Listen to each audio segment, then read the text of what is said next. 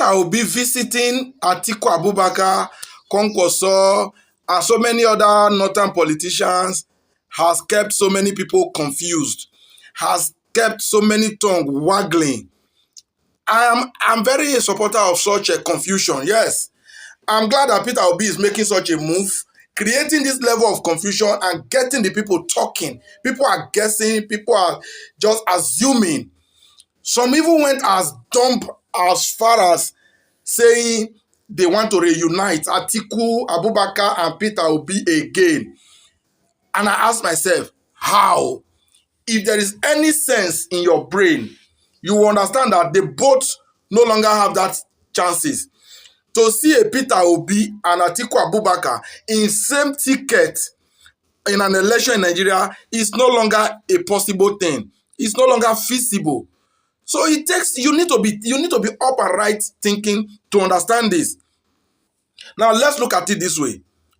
Atiku Abubakar has served this country for 8 years as a VP. Constitutionally, he can no longer be a VP under anybody. And with the level of desperation of Atiku Abubakar, he would not even accept the position of a VP. Now, he wants to be a president by all means. There is a news, he said it, I read it already, that he said that he will continue to run for as long as he's healthy. So how are you going to put a certain Peter Obi now under such a man? Peter Obi ran with Atiku in 2019.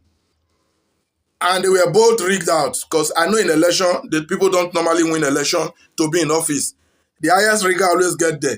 So if in 2019 they were together and come 2023, Eze Wike and his gang with his level of greed send Obi out of the party, how can Obi return to such a party? And on what promise?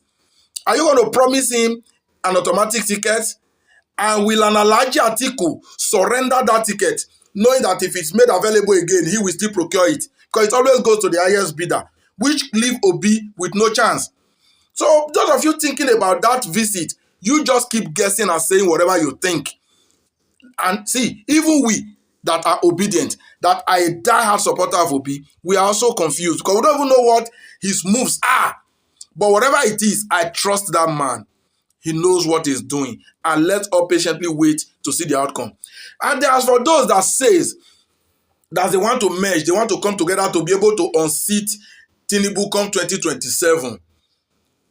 I think I've heard from some persons, some bloggers, most especially VDM, and one other lady that I cannot remember their name, that nobody can unseat Tinubu, that if he can grab the power from the outside, who is there to be able to unseat him as the commander-in-chief?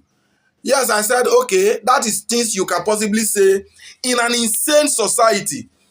Because first and foremost, did Tinubu win the election? The answer is no. So if he didn't win the election, that now leaves me with a message to Peter Obi and whatever moves he's trying to make. His Excellency, sir, many people knew that you won the election in 2023. We all know. But it was forcefully taken from you and given to Jagaban based on who he be. So many people believe Tinubu is rugged, he was able to do it, he's the toughest politicians, blah, blah, blah, blah. That was justifying rubbish. That was justifying evil and criminality.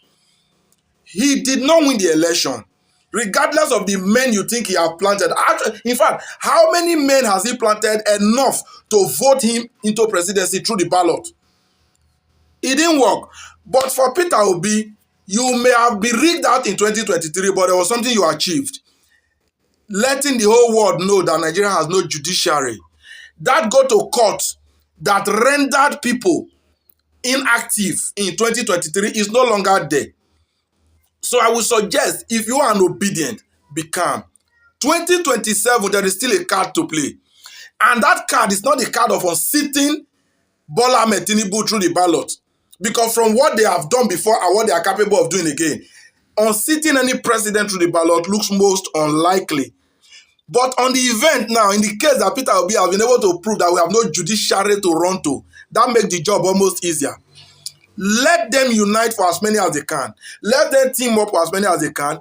Get majority of the valid vote like they got in 2023, and let's see what happens next. I think that will be one of the best times for Nigerians to step in and do the needful.